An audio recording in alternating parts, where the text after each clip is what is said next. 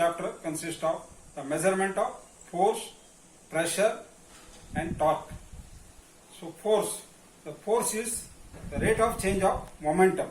The force is given by mass into acceleration, m into a. F is equal to m into a. The unit of force is Newton. Then the torque. So torque generated about an axis is defined as the product of force into force acting perpendicular to the axis and the perpendicular distance between the line of action of the force and the axis. So torque is given by F into L, perpendicular distance. So unit of torque is Newton meter. Then pressure. Pressure is defined as the rate load divided by area. Load per unit area. So the unit of pressure is Newton per meter square. So in this video I will explain how to measure the force by different instruments.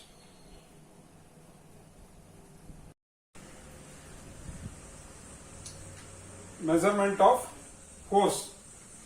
So one instrument is called analytic balance. So there are two types. One is equal arm and unequal arm analytical balance. So in equal arm analytical balance, so here it is being pivoted on the knife edge fulcrum at the center. So attached to the center of the beam is a pointer which points vertically downwards when the beam is in equilibrium. So when the pointer is exactly vertical, it shows the beam is in equilibrium position. The equilibrium condition exists when clockwise rotation moments. So clockwise rotation moments, so there are two moments. One is clockwise rotation, another one is anti-clockwise rotation. So this clockwise rotation moment is equal to the anti-clockwise rotation moment. Then the equilibrium position exists. So in that case, here M1 L1 is equal to M2 L2. So since L1 equal to L2, because it is equal arm balance, so L1 equal to L2 means so M1 equal to M2. So further, for a given location, the Earth's attraction acts equally on both the masses. So therefore, at equilibrium condition, the weight W1 equal to weight W2. So unknown weights equal to known force or weights. So here, whatever unknown weights is there, it is balanced with the standard mass, equal force. So that's the analytical balance. Second one is unequal arm balance. So in equal arm balance, so whatever we have to weight, we require the same weight for balancing. But in an unequal arm, so we can balance the heavier weight with a smaller weight. So unequal arm balance, there are two arms. One is, so here it is knife edge Q. It is pivoted at knife edge Q. So this is the knife edge Phi. So this is called the load arm. The distance from knife edge Phi to knife edge Q is called load arm. The distance is A1, and the distance from knife edge Q to the this FG force mass or mass M is known as a power arm. So it is given by distance B. So here the test force is applied here at knife edge Phi. So that is called the power arm. The load arm is associated with the load, and the weight force to be measured while the power arm is associated with the power. That is the force produced by the counter forcing weight required to set the balance in equilibrium. So this figure shows a typical unequal arm balance. Mass M acts as a power on the beam and exerts a force of Fg. So this force is Fg due to the gravity, where this force is given by Fg is given by M mass into G gravitational force. So this force acts as a counter forcing force against the load, which may be test force Ft. So this is the test force Ft. The beam is pivoted on the knife edge Q. The test force Ft is applied by a screw or a lever through a knife edge Phi until the pointer indicates that the beam is horizontal. So this is a pointer attached to the beam for leveling. So when it is vertical, it shows the vertical direction, then the beam is horizontal.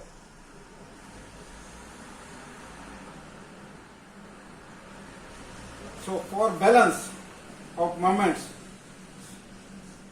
so Ft into the load arm A is given by Fg into B.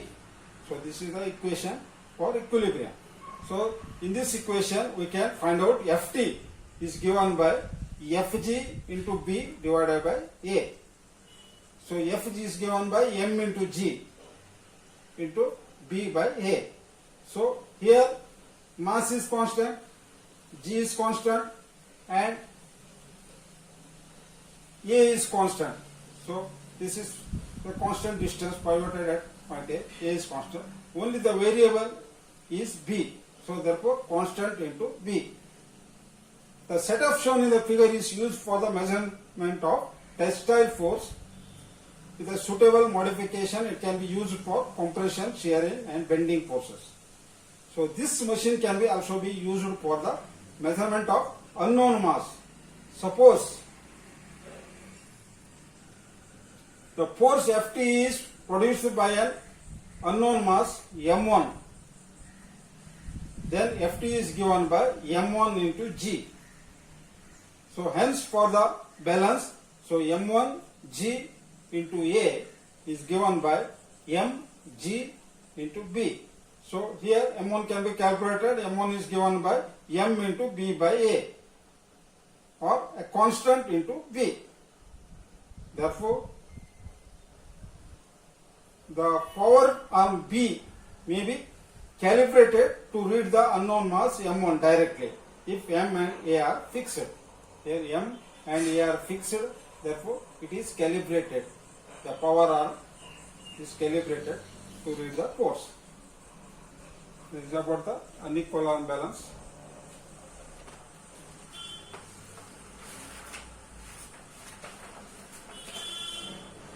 Next one is the platform balance. So here equal arm and unequal arm balance. So we require the mass. The heavy loads cannot be, heavy weights cannot be measured with the equal or unequal arm. So for heavy weights we require the platform balance, or it is also called as a multiple lever system. So here this is a poise weight, this is a pan. So this beam is calibrated in terms of force. So this is the tension. Here these are the called levers, multiple levers. So in this system, so for our simplification, we can divide this weight W into two components, W1 and W2, which will act at the pivot ends. So two smaller weights.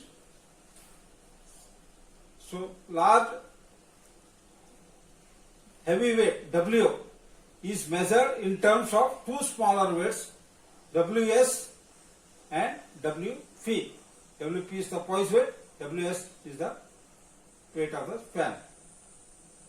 The system is provided is adjustable counterpoise which is used to get an initial balance.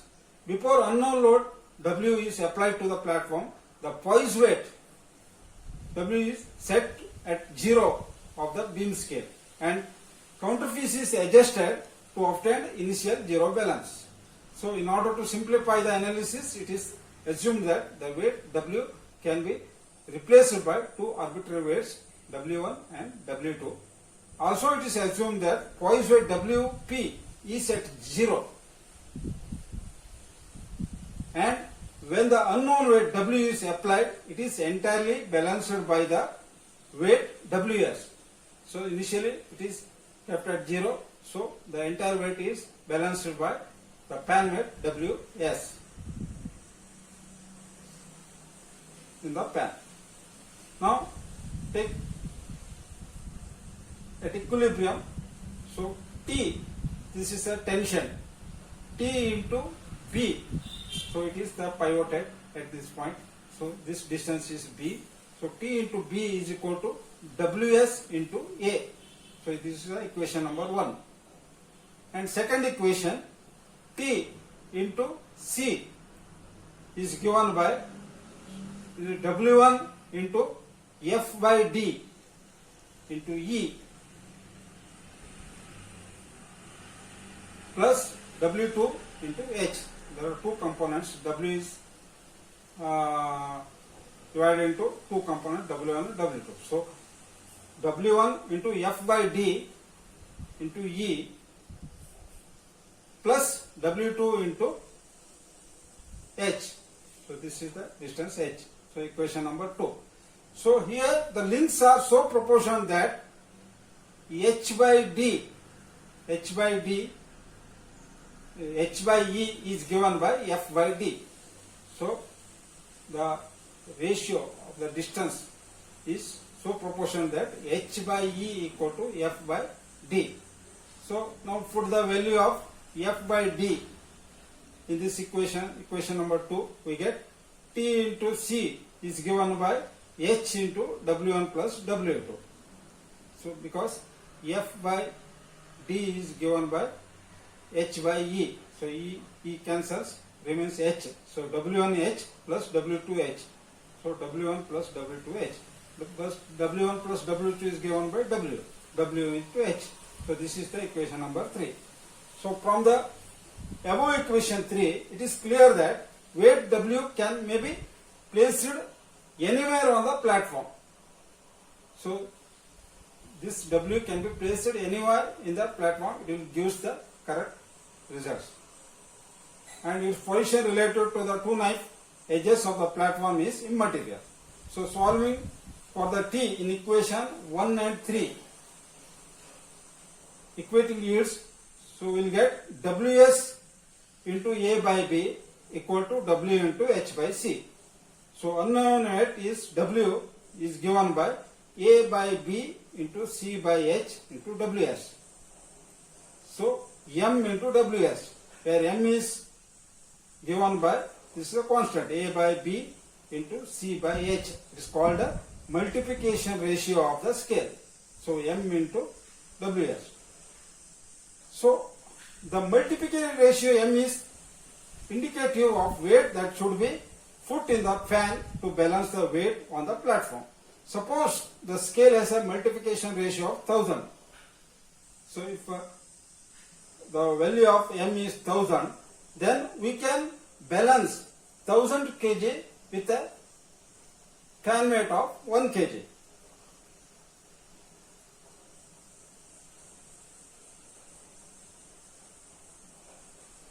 So these scales are available which have a multiplication ratio as high as 10,000. It means that we can balance the weight of 10,000 with a weight of 1 kg on the pan. So if the beam scale is so divided that the movement of the poise weight WP by one scale division represents a force of x kg, then the poise movement, this poise movement by y scale divisions should produce the same result, as the weight WP placed on the fan at the end of the beam. Hence, now WP into Y is given by X into Y into A, or X is given by WP by A. The above equation represents the relationship that determines the required scale divisions on the beam for any forged weight WP.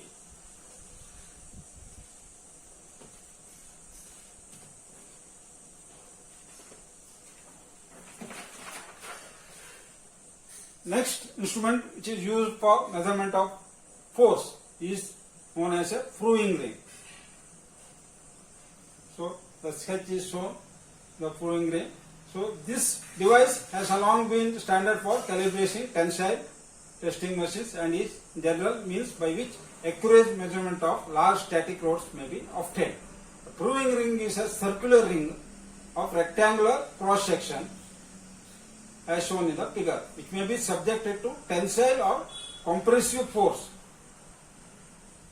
across its diameter. The force deflection relation by a thin ring is given by, so this is the formula to calculate the force. So F is given by 16 divided by 5 by 2 minus 4 by 5 into E into I divided by D cube into Y, where F is the force, E is the Young's modulus, I is the moment of inertia of the section about the centroidal axis of the bending section, D is the outside diameter of the ring, Y is the deflection. The above equation is derived under the assumption that the thickness of the ring is small compared to the radius of the ring, and also it is clear that the displacement is directly proportional to the force. Since the deflection obtained is very small, the usefulness of the proving ring as a calibration device depends on the accuracy with which this small deflection is measured. This is done by using a precision micrometer shown in the figure. In order to obtain a precise measurement, one edge of the micrometer is mounted on vibrating reed. So this is the vibrating reed device which is plugged to obtain a vibrating motion. The micrometer contact is then moved forward until a noticeable damping of vibration is observed. Means when the force is applied, tensile or compression, this vibrating reed goes on vibrating. So this vibration can be dampened by movement of the micrometer wheel. So that reading is taken. So that is the deflection. So proving rings are normally used for a force measurement within the range of 1.5 kilonewton to 1.5 meganewton. The maximum deflection is typically of the order of 1% of the outside diameter of the ring.